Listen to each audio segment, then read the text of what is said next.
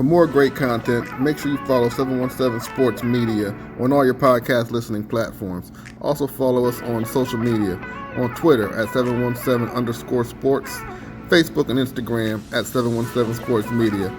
We're also checking on our website daily for your daily news and sports videos at 717sportsmedia.com.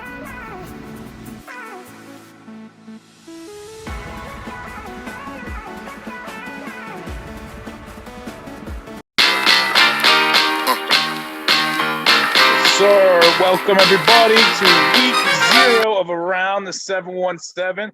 I am Carl CJ Frederick with my co-host Aaron Freddie Rock. Aaron Frederick, how you doing, brother?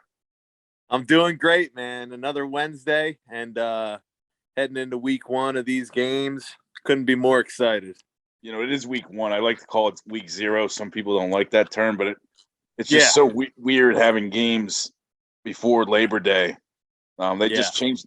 I think just a couple years ago, I want to say back to 2019, high school went to that format because they want to get games done before the holidays. Mm-hmm. So it's different, but at first it bothered me, but it gives me more to do, and it's more football for us, man. I know, and it's getting toward that time of the summer when, like, you're updating social media and like trying to keep up with stuff, and I'm just ready to start seeing some live football. I know. It's nice that our Phillies have had a nice summer, and I can see them making the playoffs finally for the first time in your existence because you're so young. But by midsummer you're just itching. You're itching for football as football. There's so much talk. There's so much buildup. And this is at every level with high school, college, NFL. I mean, NFL, it's almost even crazier because they go on for months and months. But these high school guys, it's cool to know that we got a game this week. You got games this week. Lots of good games for the LL Burks. And the beauty about week 0 is everybody's this undefeated, and this is really, especially for the LL Burks. There's a lot of unknown with this merger. I mean, everybody, talking with coaches and players, they're excited about it. I just talked with Coach Ridnour today. He's excited for, at LS, he's excited for the new challenge. Yeah. He's looking forward to taking on Wyomissing and Berks Catholic. But at the same time, we don't know what to expect. We're about to preview some of these bigger games for Friday and Saturday that we will be covering. I don't know what to expect. I want to get your thoughts on a couple of these games. Let's start out with your game. You're going to be at Manheim Central at Westchester East. Now, you're in that area. Tell us a little bit about what to kind of expect from Westchester East. Like what do you? Sure. I mean, I don't know how good they are. I don't know much about their league. Well, I'm going to learn a lot on Friday about this league. But I know that in my area, there's 3 high schools. There's Westchester East, which is my township, and there's Henderson, which is 5 minutes. They're all really close, which is kind of weird. It's different than Lancaster. A lot more spread out in Lancaster. But then you got Ruston, who is like, they're ranked. They're in the preseason rankings in their section in District 3. I saw, and they look. It's a really nice school. I had teammates from there in college, and I just hear nothing but good things. And Westchester East, I think, is more mid-tier. Okay. And I watched a little bit of their games last year, and they've got talent. I just don't know if they're going to be able to overcome a hungry Manheim Central team coming into their house. With good coaching, and I'm sure the talent is. There's talent. Yeah. I know they're not. They've lost some guys, but I think going off what I've seen on the preseason rankings and the returning players and stuff, I think Central is going to have a good night. But I could be wrong, and I'm excited to see it. I honestly couldn't tell you who for that game because but a lot of these games I couldn't tell you who was the predominant favorite. I know we did the predictions, and that'll come out tomorrow on the website. We're excited about that. But I'm just going through these games, and a lot of them are kind of crapshoots, to be honest with you. We'll know a lot more come 10:30 Friday night. But in terms of Mannheim Central, say this: I know they lost a lot from last year, but they're still going to be good. They got some big time studs up front. Cole Groff leading the charge on the line. Rocco Doherty. That's who it is. He's one of the captains, leading tacklers on the team. He'll have a bigger role in offense.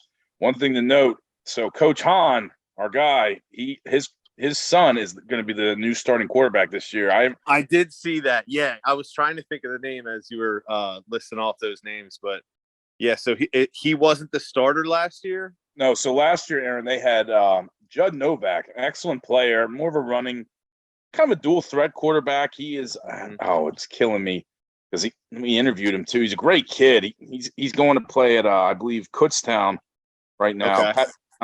He was an excellent quarterback, led them to a section title.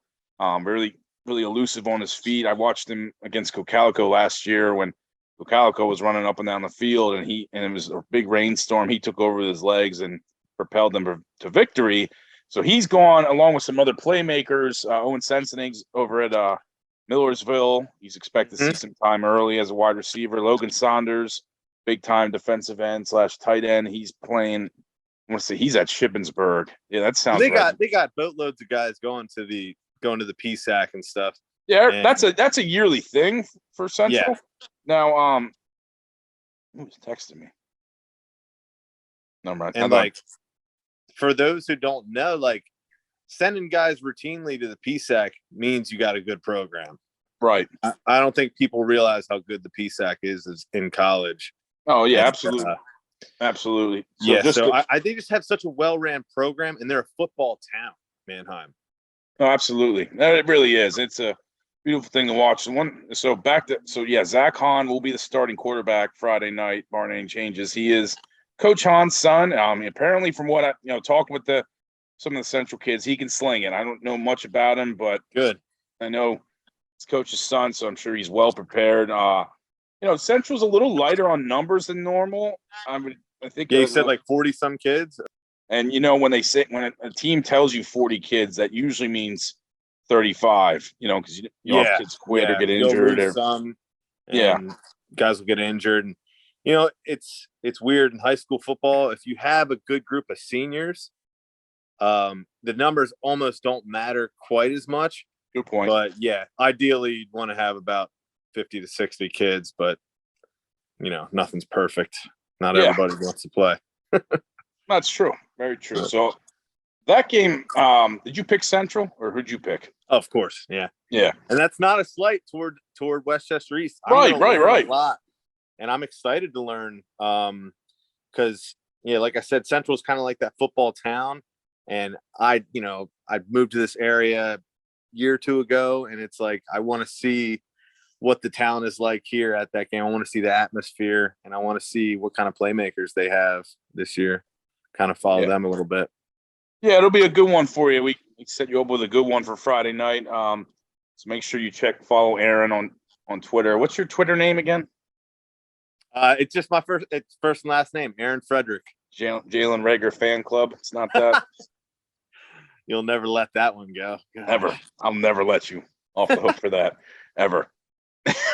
Yeah, so follow me. I'll be live tweeting the game, and I'm excited, man. I'm excited to rep the 717.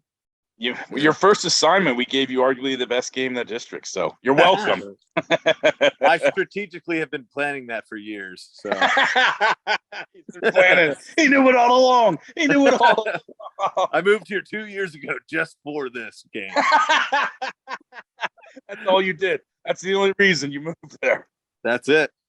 That's so funny. For full disclosure, for our loving audience, Aaron and his lovely wife have a beautiful home in Westchester. So we're looking forward to that. And we set you up with good ones. So we're both going Central with that. I think I picked Central. That'll be revealed on the picks, on our new picks section of our website. Moving on to the next game. Another one we're both really intrigued about is Roman Catholic at Wilson. And we're going to have Coach Weider come on the podcast here in a little bit. He's going to be covering that game. This is an excellent week one matchup. Again, going back we don't know what to expect from either teams, except that both are pretty good. I mean, Wilson's, the top dog in Section 1. They have been since you and I were playing there. Roman Catholic, which you might be able to speak a little bit better about. It sounds like they got 4 or 5 stars up across on both sides of the ball, but they're still around 5-5 every year. I can't really figure that out. I saw they have I could be wrong, but like a stud wide receiver. Yeah. 4-star wide receiver. Getting offers all over the country. Yeah. So that could create chaos because, if one thing I know about Wilson is they're typically a very full team, a lot of good players, but, maybe one player could hurt you like that. So, yeah, it'll be exciting. I know as far as the Roman Catholic, I had Father Judge guys who I lived with in college, and they were kind of like a rival. And they didn't like him too much, did they? No, they didn't. And I know they've had good teams. I don't think I had any teammates from there, but it's going to be a tough test for Wilson. And it's cool that Wilson always has from what I remember, they always have a pretty tough test week 1 or week 0, like you would say. Wilson, just like Central and Hempfield, they'll take on anybody from any parts of the state. I know Wilson, in regards to them, so obviously they lost Brad Hoffman and Jaden Jones, their star running back, but they have a lot coming back, especially up front. They got a kid in Jack Dendel, a big-time lineman, I believe is a sophomore. He's already getting major looks. Cameron Jones, we've talked about him. I've interviewed him, a great kid. He's like the Devin Hester of the LL Burks League. He had 6. Yeah, good returner. 6 combined returns last year for scores. Now that's impressive for a high school career, and that's going into his senior year. Yes, that's impressive. He did that he had all 6 last year. They didn't use. He's a good corner. They didn't use him much offensively last year because Wilson. If they have one thing going, they'll bleed that until it's dry. Oh yeah, and Coach Dom's, ever since I went up against him 10 years ago, he really coaches special teams well. That's one thing I noticed. Kickoff, kick return. You see these guys setting up wedges and, setting up guys for success. And he's always done that. And it was frustrating to play against. It's frustrating to play against. It's frustrating to coach against because, I talked with Coach Egger Hempfield last year after Hempfield had as good a shot as anybody to beat them last year. And they lost the game on a final. The final drive of the game, Wilson went 80 yards all on the ground to score touchdown. Hempfield had a chance to end and win it and didn't quite get to the end zone. But one of the key plays in that game was the opening kickoff. Speaking to your point, Coach Doms had his kickoff. It must have been a design kick because they squibbed it down to the returner and kind of in no man's land. Wilson recovered the opening kickoff and they scored a couple plays later. They're already up 7-0. It's one of those Wilson bounces. Such good coaching. It's a tremendous coaching. And I love Coach Doms and his staff. They were great to us last year. They're great to everybody. This is one of the things. If you get a Wilson game too, you'll never have to worry about stats. They have their own statistician. I'm sure. Yeah, they're probably great with it. They have such a great program there from the ground up. All the kids. It's funny, even when you play against them, when they talk trash or during the game, they're all saying the same stuff because they're all on the same page with each other. And no, they really are. They're the most sound football team I can maybe in the entire state. They were within an eyelash of beating a really good Harrisburg squad last year. But I watched them against Central York in the district semifinals last season, and then when they pulled off a shocker against Pabrula and company and took them down, they won that game 14-11. They kicked the game-winning field goal with this kid, Ben Rada, I believe is a sophomore now. And up until that point, he hadn't kicked a field goal all season. But he came in a big money pressure situation. Yeah, it was a short kick, but he still drilled it. And the kid from Central York was experienced. He missed his chance. So that just shows you how well coached they are. And one thing they'll do, too, defensively, if he still coaches the same way, which I'm sure he does, it's so effective. If you have stud players at receiver, they will blanket you in coverage. Talking from the linebackers down, they'll give you a shot off the line, and they will really make it hard for you to catch anything against them. So either you're hitting big plays or you're beating them on the ground, but you're not going to chop it up on them with short passes all day. It's how they coach their defense. Yeah, and that sounds just like them. Not much has changed since you left school there. I mean, they find ways to win. I remember thinking like halfway through last season, typical Wilson, they had struggled out of the gate last year. They Jaden Jones was suspended for their loss against Manheim Central. So they like everybody, kind of halfway through last season thought, oh, maybe this year Central or people have a crack at Wilson. Then they went into Penn Manor and just stomped their brains in, and then went on a nice little run, like typical Wilson. Like once Section 1 play gets going, they get rolling. So Roman Catholic has a good shot at this game. I just hope they're, I don't know much about their coaching staff. And I know you can have 4 or 5 stars both sides of the ball, but if you're not coached up and prepared for a team like Wilson, you're going to be in trouble. Right. And don't let them get up on you early, because they'll stop. They'll bleed that clock. Yeah. And they'll pile it on too. Wilson too. I don't know much about the new quarterback. I knew Hoffman last year was more of a running threat than he was a passer. So, but they're still the same. Like unless they have a Chad Henne, they're not going to throw unless they have to. They'll throw. Like if they get up early on Roman Catholic, 7-0, 14-0, they might not throw the rest of the game. Yeah, I could totally see that. Yeah. So that's why I'm going with Wilson. It's in their backyard. I fully expect the Coach Doms to have them ready so they don't have a slow start like they did last year. I'm going Wilson for that game. I was hoping you picked Roman Catholic so I could root against you in that one. But we have a lot of different picks we'll get into, because you don't know what you're talking about. So, we'll get into I picked Wilson. I we could be both dead wrong. So that's why it's so exciting. This week 1 is such a scramble. I know. I don't really know what to expect. So case in point, I'm going to be at Lampeter Strasburg Friday night. Solanco travels there, and you see that matchup. And again, I tell everybody, oh, why are you going? Everybody's like, why are you going to that? Why are you going to that? LS is going to, stomp them. And I said, okay, you may be right, but we don't know, because what I do know is that LS lost the core of that awesome senior class from last year, including Nick Del Grande, Bo Heiser, Berkeley Wagner. There's a few other names. Giovanni Malatesta. They're all gone. Now, LS is a football factory. They're a sports factory. So they might have guys that can come in and not miss a beat. But Solanco, Tony Cox, Coach Cox has done a great job there since he's taken over these last. He's been there 8 years. They limped to the finish line last year, went 3-7, but they have 26 seniors this year. So I saw that too, and I had to take a second look at that. I'm like, 26 seniors. I don't think people realize how big of an advantage that is. And I know, I mean, I'm that one was a toss up for me.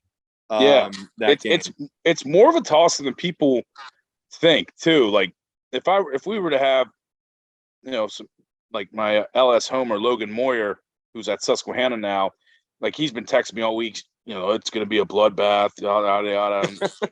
Well, it is kind of a backyard brawl in a sense. Yeah, it's not it's not like Penn Manor LS. No, it's not the actual back brawl, but they're right next to each other, and it's a big thing too for obviously both teams, because LS has that murderer's row of the Section 4 schedule, but Solanco, if they come into Willow Street, shock the world, they'll be the perennial favorites for Section 3. That was my question I was going to ask you, is where is the game at? Because both of those high schools have tremendous home field advantages. Really, Solanco does? I'm being dead serious. I mean, I honestly thought it was tough going in and playing there, and they got the big. I mean, I don't know if they have turf now, but I think they just got it. Okay, yeah. So I always thought it was tough going and play there, but I think everybody but your father's school has turf now. Yeah, seriously. But I think LS is probably going to win this one. Yeah. But the 26 seniors, to me, that's a huge advantage. And the other thing too, I mean, I think it'll be closer than a lot of people. I picked LS, full disclosure.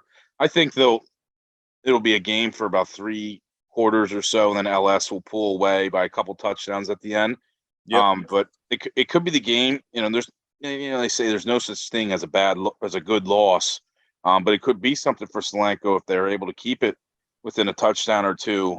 Because that section 3, as you know, is wide open. I don't know what to expect out of that section other than anybody can win it. But there's somebody like Elizabethtown could go 7-3, or they could go 3-7. Same with Solanco. That's what we don't know. So we're both. So you picked LS in that game. I picked LS too. Yeah, I think I'm interested to see how that one rolls out, but I would have to go with LS. They just got a slight edge, in my opinion.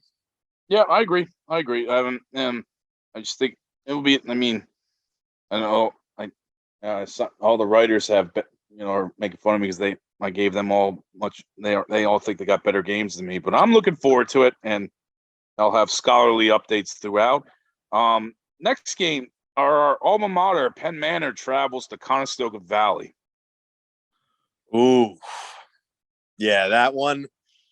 That's another tough one. But I, after hearing what I've heard, following you last year with Coach Brubaker, and this game hits home for me because I coached a lot of these guys at Penn Manor when they were younger, and the Deshaun Stanleys, who I'm a huge fan of. I've been a fan of since I first saw the kid catch a pass, and obviously Eli runs like a deer.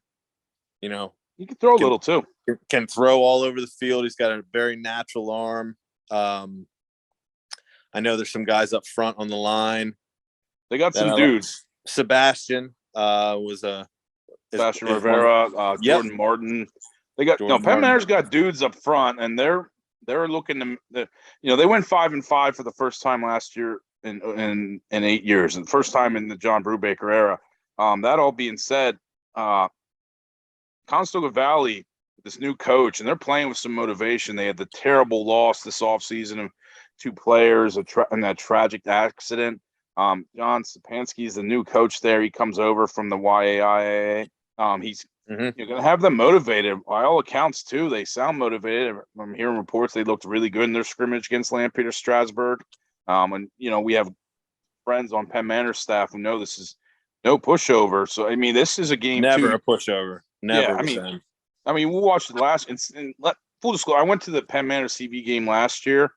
CV was probably the favorite. Penn Manor should have won that game by a couple touchdowns, but they couldn't put it all together. But then CV kind of spiraled towards the end of the season. Ended up finishing 3-7. They really never recovered from that week 1 loss, which they had every opportunity to win, even though Penn Manor moved the ball well. You were at that game, right? Yeah. I was covering that. I thought I remember that. Yeah, no, that was.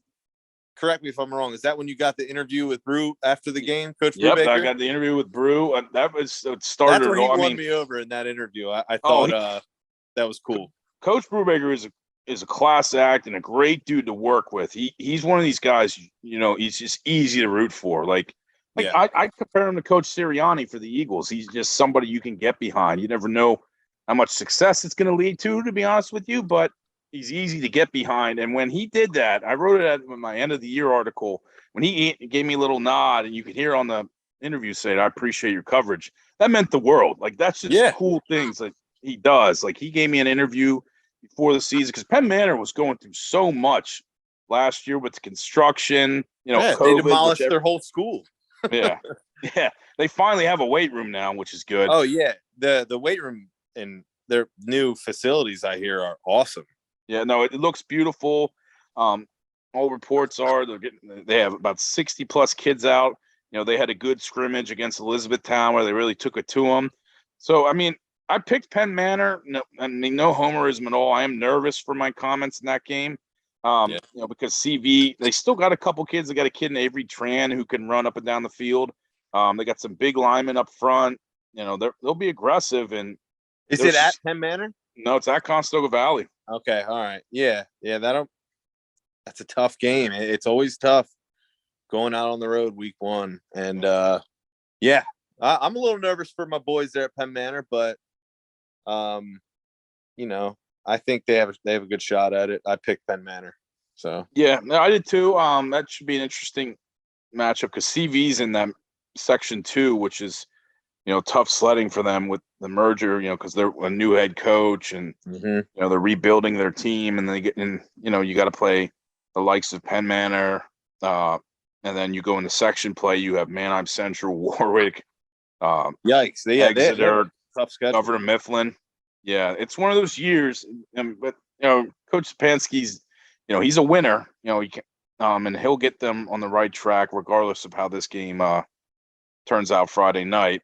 So we both got Penn Manor. I think all the writers except one of the Millersville interns picked them. So he's fired. Really? Yeah, he's fired. he's a goner. He's gone. Yeah, nice knowing you. Be wrong. That's funny, man. No. I'm surprised me and you have had the same picks. I'm usually a weird picker. I just kind of. No, people will see it on the website. Your picks, like all the other writers, are all over the place. Mine are always the best. I'll probably win, but it's no big deal. It's good effort. So we'll see about that. Now, who did you take? This one, quick update. Penn Manor at CV. We'll have Matthew Ober covering that game too. So follow him on Twitter. Oh, good. Yeah, I will. Yeah, I think I already do. Yeah, he's a great young kid. He's Donegal grad. He just joined the site, so we haven't. He'll be covering that game. Next game, though, I think is the best. Is very underrated, and that's Hempfield at Dallastown. Yeah, I totally honest with you. Don't know anything about Dallastown this year. I'll tell you two things. Yeah, one, they have a receiver in Kenny Johnson. I've talked with. I saw him play live last year. He's the real deal. He's going to Pitt. He plays sports there all year round. So they have him. They have another receiver who's a sophomore named Michael Scott. We're talking with the guys out in the York League. They say he's every bit as good as Johnson.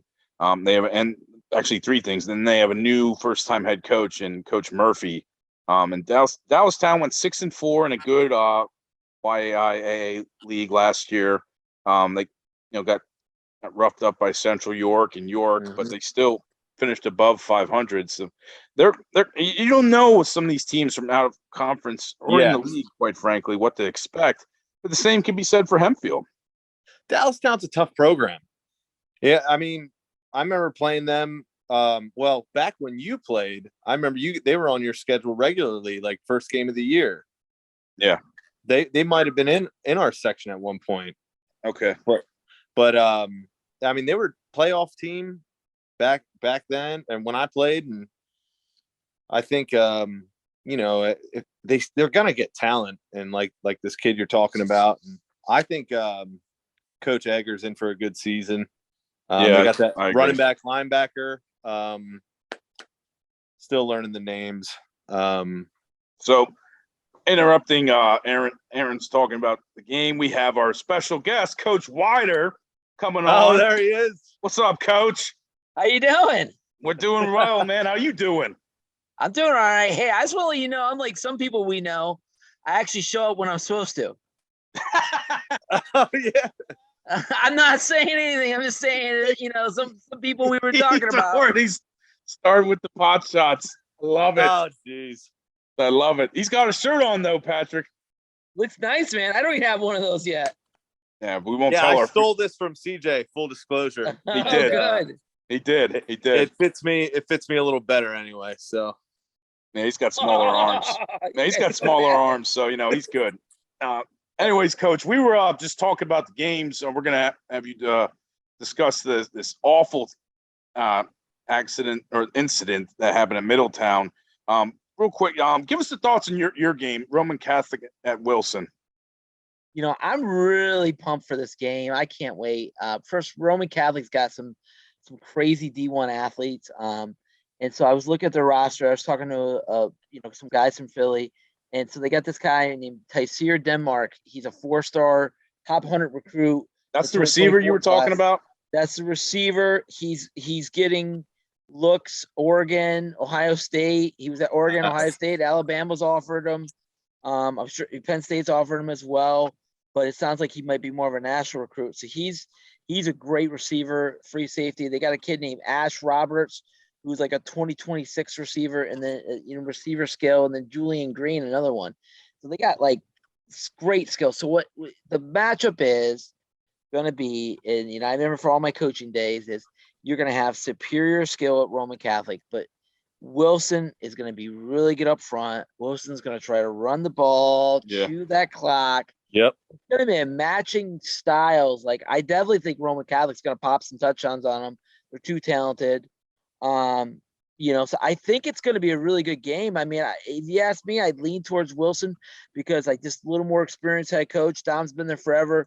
Experienced staff. They're good up front. The number one adage I always say in high school football is when you're better up front, you win. And I think that's kind of where I lean. But Roman Catholic's going to come in and they're super talented. And remember last year, CJ Wilson started slow. Yeah, we were talking about that. They were 1-3 last year. So we were talking about, we never knew what you're going to expect out of Wilson. But yeah, Patrick, as a whole, this season, like, we're excited about all these games. There's a lot of games you don't really know. Like, Aaron and I are going over the schedule. Obviously we talked about Roman Catholic and Wilson. Don't know exactly what to expect in terms of who's going to win, but Westchester versus Manheim Central, Hempfield at Dallastown's another intriguing one, at least in my opinion. Yeah, I think it is hard week one. And I remember for my coaching days, it's hard week one because you just don't know. A lot of times scrimmages they hold their best players out. They don't show much. I don't know how many times I've been on staff like we're showing nothing. Remember, I was at York High with Matt Ortega. He's like, we're going to throw the ball 70% of the time, and they're coming out first game running veer. So you just teams hold things back.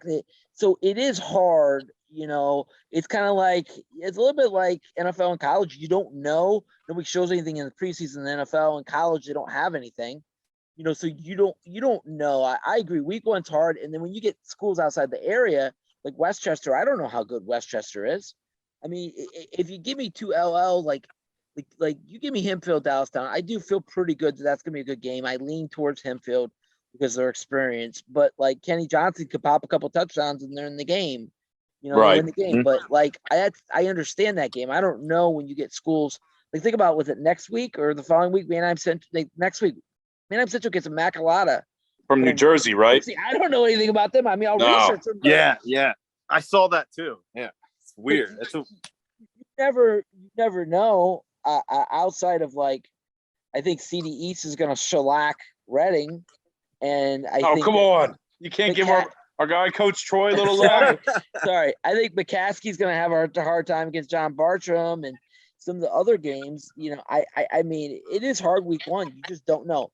Once we know after week one, like if Dallastown beats Hempfield, we're going to go, oh my God. Right. IA in section 1, you better watch out for Dallastown. You know what I mean? Like, Patrick works at York High, just so you know, Aaron. And I did not know that. Okay. He has long-standing beefs with how to pronounce their name. YAIA. I just make fun of him because I got so many. One. No, it's a funny story actually. When I coached, I used to teach at York High, and I left. Well, I used to teach there, and we had a guy named Tim Hibbs. Okay, he was a football coach. He came from Biglerville, and he came in. And it was like we were joking, oh, we want to win the county so bad. And he came from Adams County because it's York Adams County. Yep. So there's 4 schools from Adams. It's basically York County. Anyways, and we kept going. And one day he just got mad at me. He goes, "It's 2 counties. YAIA." Man, he still doesn't get the name right. I know. Not to transition, Patrick, but you and I have been talking about it all day. Obviously with our guys at PA Football News, it's been a big incident. We've known about it for a couple of weeks. This awful hazing incident that happened in Middletown. We just got the breaking news that they canceled their football season. Give us your thoughts on that, man. It's awful. Yeah, it's a horrible situation. Number one, I mean, you're talking sexual assault. It sounds like, right? The DA is getting involved, and so as a teacher, like that breaks my heart. You're talking probably some underclassmen, probably some freshman or sophomore who got some sort of something happen to him, because usually it's the seniors or juniors or somebody did it. So you talk about that's horrible. Two, you feel bad for the whole community because now they got to deal with this scorn and everything going around with it. Three, you got to worry about the good kids that had nothing to do with it, that now their senior year is wrecked. For the coaches, I mean, I've been a head coach, I've been an assistant coach. Like, I try to stay out of the locker room because, like, we got kids changing, and I had kids tell me, like, Coach, I don't like it when people look at me when I'm getting changed, and I didn't want to be in there. So that's a tough situation. And then, like, this is like the death penalty. Like, they're gonna have to, like, come back next year with a whole new program. But it is a truly a tragedy. It's horrible. It's disgusting. I just feel bad for everybody involved. There's no winners. It's a tough situation. How does this still go on nowadays? Like, I remember hearing about, I've been around incidents with hazing and things like that, but not like a whole team. How is this still going on in this day and age? I think this has always been around. I just think it's and I'm not excusing it, Aaron. I'm not excusing it. I'm saying it's young teenagers, hormones, and like it's like okay, you guys watching Hard Knocks? Yes. Religiously. Yeah, I like Hard Knocks. I haven't seen the third one yet, but like they're making them sing their alma mater, and they got to go take them out to eat. And that's a small thing, but like it's kind of like it's our sports culture that you got to earn it. Like, I remember when I coached. Last year I coached at Lancaster Catholic 2 years ago. I was quarterbacks coach. So who carried the ball bag every day? The young guys. I made my freshman and sophomore quarterback. I mean, that hazing? Not really. It's just like, like you got to earn your keep. So I think it's kind of just like, sadly, it's okay a little ribbing here or there, but like to go to this extreme with sexual assault is obviously wrong. I don't know how to explain it. I just think it's just it's a kids just cross the line. Kids do stuff all the time, like that are bad. Now this is a different example, but like yesterday I went in the bathroom at the end of the day and I smelled weed. I smelled marijuana. And I went to the bathroom stall and there was a blunt, I don't know. Kids do stupid stuff. And like, if you should be charged. If you like doing something sexual, you should definitely get charged. I texted you that about the kid, the quarterback going to play at Steel High. Like, can he play right away, or what does he have to do? It says you got to wait 5 weeks. Is that what it says that they're appealing the PIAA to see if they can play right away.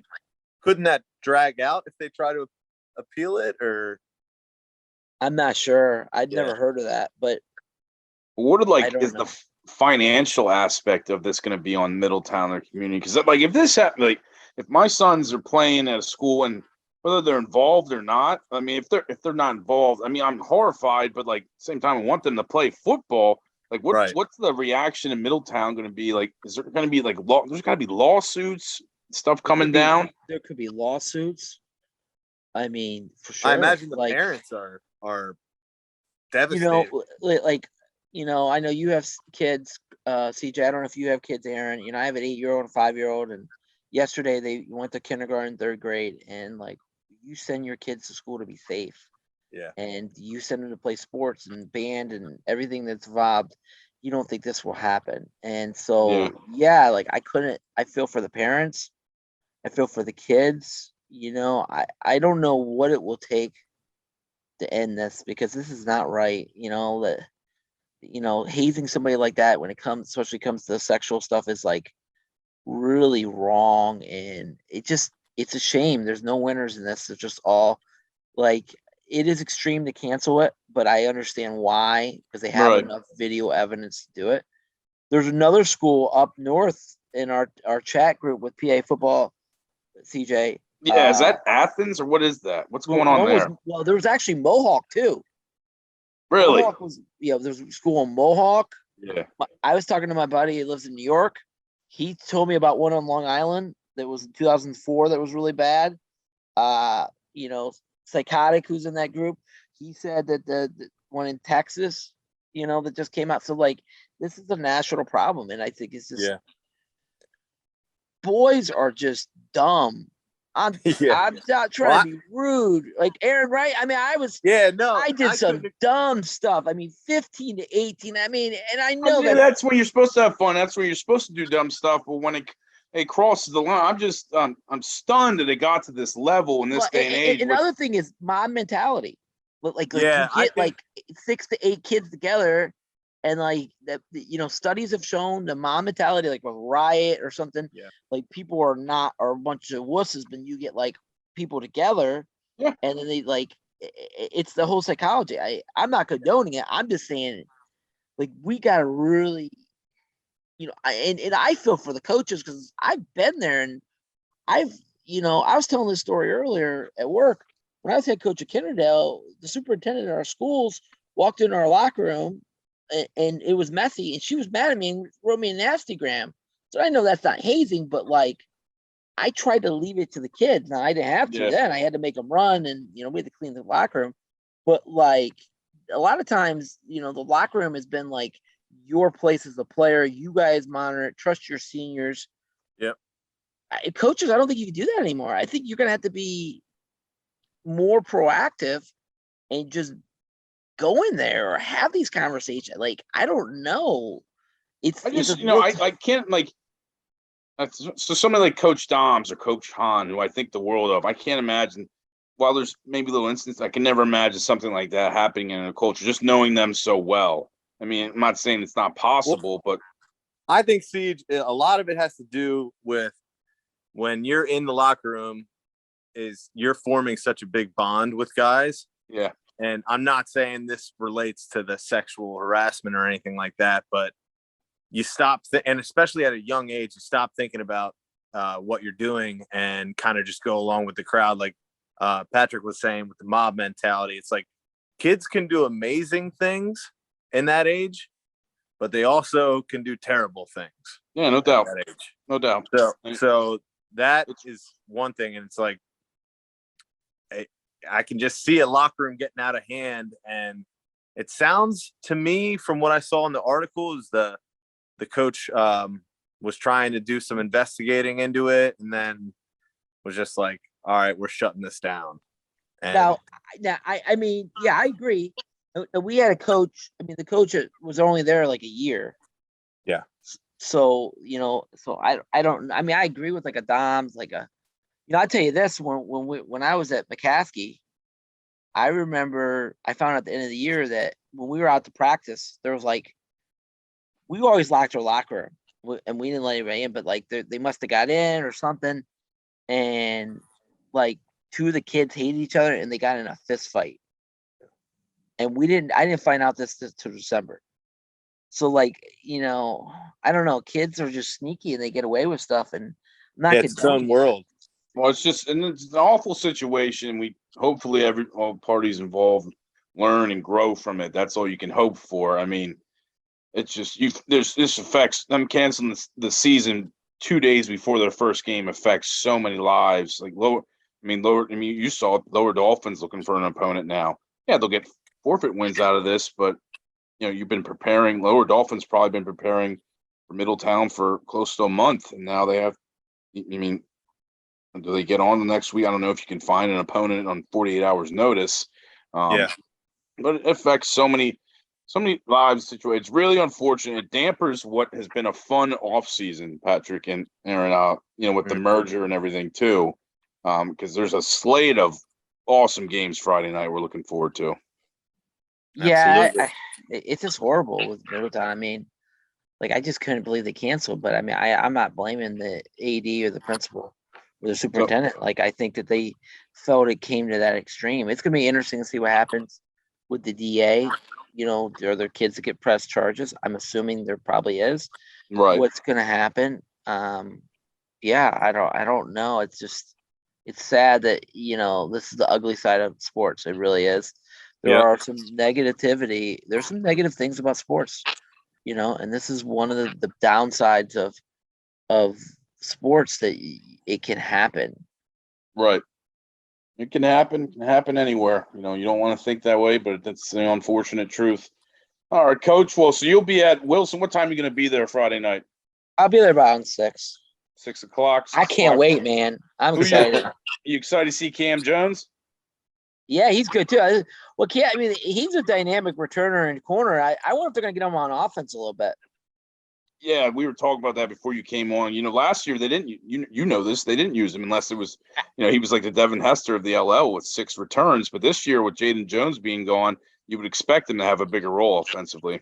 Slot receiver, he'll be in some packages. I think he told me at media today. He did say that they were really. I think they had a junior quarterback. They're real confident on the quarterback there. Okay.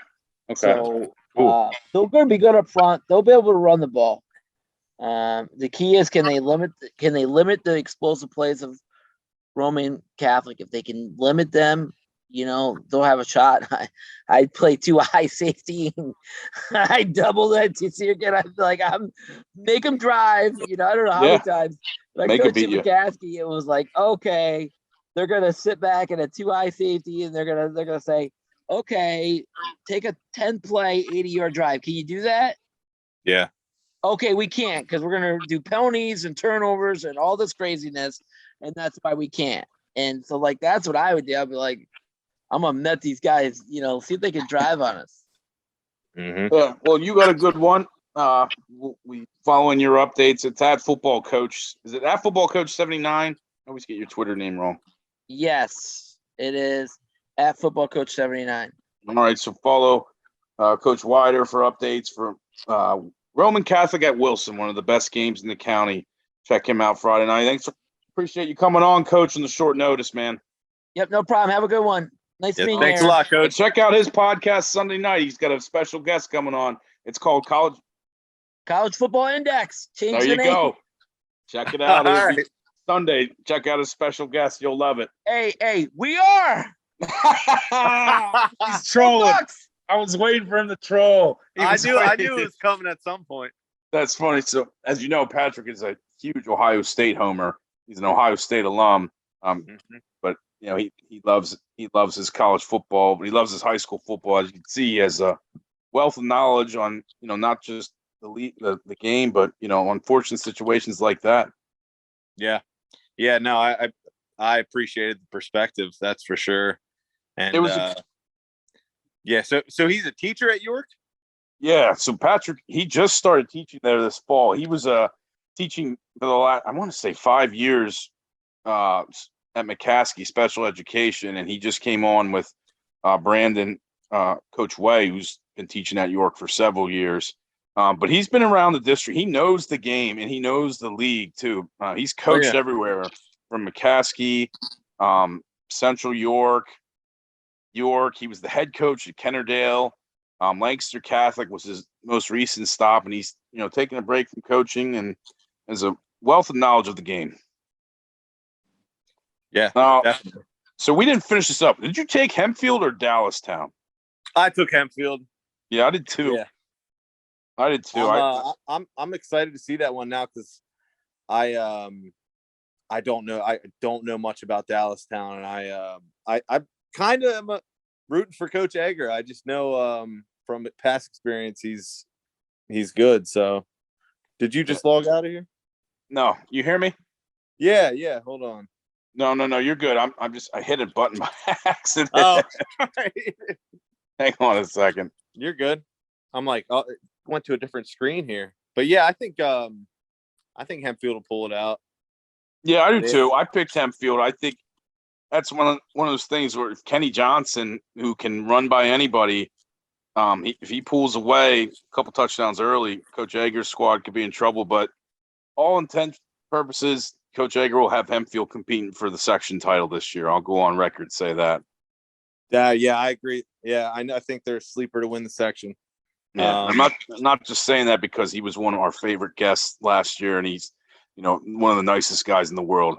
So that always helps my rooting interest. But I think Hempfield's gonna have a nice team. They had a kid in David Pale, a junior defensive lineman who already has offers from Hempfield, from Louisville, Temple. Expect he's class of 24. this big time DN for Hempfield. He's a freak of nature. Okay. You see him play. Watch out for his name. Grant Hoover's coming back. He's a stud running back. Jackson Landis is going to take over the helm for Cam Harbaugh, quarterback. He's an excellent. He's all intents and purposes, he's going to have a nice year. So that'll be a fun one too. We'll have Colin Richardson covering that game for us. Let's run down all the rest of the games we're covering. So we both took Penn Manor. York Catholic at Lancaster Catholic. Who you got? Now it's another one. I didn't realize how highly York Catholic is ranked. But yeah, I was you picked Catholic on the sheet. Don't try and cheat it. I already sent it in the submissions. I picked Lancaster Catholic. And I hate to do it. Well, you'll get a gentleman's clap if Coach Way does come on, and once he hears. I was going to say I podcast. only picked them because of Coach Way. That's the only reason. You and nobody else knows. A couple of the other writers. So much respect for them. That's why I did it. So a couple of the other writers picked them too. So background on this game: a year ago, York Catholic wins this. York Catholic was one of the best teams in the state for 2A. They nearly won the whole thing last year. Now this year, Lancaster Catholic has a lot of kids coming back. They got a quarterback in Will Cranford, who, you've talked to the Catholic staff. They're really excited about. They got some other players, including Brandon Way Jr., who's going to start at corner for them. Hopefully, Brandon's not listening. You don't give out this info on this. Yeah, right. But they got a few other nice pieces coming this year, and they're moving into Section 5. They should be one of the favorites. Now, I picked York Catholic because York Catholic is a powerhouse for that league. Yeah. And they have a couple of guys coming back. They lost a lot from their district title team last year, but they still have Levon McFadden, who's a nice running quarterback for them. He plays a little defense too. They got a safety and receiver in Quinn Brennan, who's a nice player. So I'm going York Catholic. You got Lancaster Catholic. You'll see our whole list of different picks. Yes, I can't wait to root passionately against you. No, I know. And like I said, you all are playing for second place.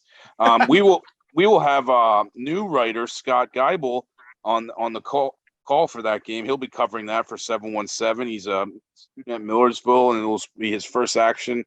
But he's already in contact for covering that game. So that's another game we got covered. We're all over the map. We are spreading like a wildfire. Last game on the docket is, again, there's between Friday and Saturday, there's over 30 games. We picked 25 of them because I didn't even talk about I didn't even put that on the schedule when I sent it to you, the other games on Saturday, which Donegal at E-Town. I'm covering that one. That'll be a fun one. But we have Eastern York at Columbia, the Bud Kyle Bowl, Aaron. Coach Kyle. He was the coach at Columbia. Yeah, he saw that. And he did great things at Columbia. He built them up from the ground up, and he took that Robert Footman and Javon Colazzo led squad all the way to a district playoff in their first section title last year, and basically a month later said, "Peace, I'm out of here." No, I'm just kidding. He's from York. Yeah. And Coach Kyle's great. He's interviewed with our site. We have an interview. One of his assistants at Columbia took over. Am I right? Yes. Very good. Brady Mathias, who was on our podcast too, young bull, 25 years old, is taking over as the head job. Yeah, he's a Hempfield grad. He came from those Hempfield staffs. He had joined Columbia a couple years ago, but he came on the podcast. He's motivated. He's fired up. It's a really good hire to keep a guy like who's in the building already, which Coach Mathias is. He's a teacher in the building. And he's been on staff. So he talked to people around Columbia. Yeah, they're upset Coach Kyle left, but they understood it. He's from York. That's where his family is. But they couldn't. They hit a home run with this hire and Coach Mathias. Yeah, and if you hire somebody that young, they have to be pretty good. I know personally just how much I've watched Footman and how much you covered him. Them losing him has got to be killer. And I know they lost some other guys, but yeah, Colazzo. I personally, I went with Columbia because I would love to see that happen. And it would just be kind of a cool thing to happen if they were to go in and beat. Yeah, the Bud Kyle Bowl, and we our writer Stephen McCloskey, he's another Millersville student. He's done it. If you follow the website, he's done a couple of preview articles of players to watch around the league. He's going to be covering that game and calling the Bud Kyle Bowl. He has an interview with Coach Kyle that we're going to have on the website this week too. But I believe that I picked Eastern New York. I know Eastern New York's been struggling. Coach Kyle's coming back there. They have I got their roster today. They have close to 50 kids, which is big for a school like that. Yeah. I'll lean them because I don't know. Like you said, I don't know what's that quarterback for Columbia. I do know they have some skill position guys back. They got a couple of linemen. This tough linebacker and Stephen Rivas back, but without Footman, he was the engine that made it go. Yeah, no, it seemed like that. And from what film I watched, it sounded like, the offense went through him, and obviously being the quarterback. But no, I'm excited about that one. Did you say somebody's covering that game? Yeah. So Stephen McCloskey will be covering that game. So this Friday, between Friday and Saturday, and the other one, so Jeremiah Miller, we're excited about. He's the president of the alumni board of McCaskey. He's going to cover their games. He's going to be our McCaskey beat writer. He's going out to John Bartram High School to cover their games. So we have him. Okay. We have you covering Central, Westchester. Coach Weider has Roman Catholic at Wilson. I will be at Willow Street for Slankwood LS. Stephen will be at the Bud Kyle Bowl. Scott Geibel will be at the York Catholic, Lancaster Catholic. Hopefully not pissing off our fearless leader, Mr. Way, too much, but that's all good. And then Colin, who's a student at Hempfield, he'll be at Dallastown for Hempfield Dallastown, which I could see being a shootout. I told him today he might have the best game. He loves Hempfield too, so he's all about it. He's doing a great job. And then Matthew Ober is at Penn Manor, Conestoga Valley. So this time last year, Aaron, we had me and Coach Weider covering games. That's it. Yeah. Now we're up to 8 writers, and we're gonna get more. It's a great thing to be a part of, and you got a lot of young guys that are enthusiastic, that are in the area and know the area, and it's cool. I've always said that the 717 needs more coverage. Yeah, and you're right. And now that the world is changing, everything's online, everything's on social media and through different outlets. You need more. And it's great football. And going to a college out in Williamsport like I did, half the guys I played with didn't even know what the LL League was. Yeah, no, it's a shame. Than half of them. And it's a shame. We talked about it last week too, because LL, especially with the Berks merger, but regardless of the merger, has been good football for quite some time, and they've sent kids everywhere, not just the PSAC schools, which are good football, but not just Penn State. I'm talking Chad Henne ends up at Michigan, James Bryant ends up at Miami. Who else? There's so many other names. Danny Melendez ends up at Maryland.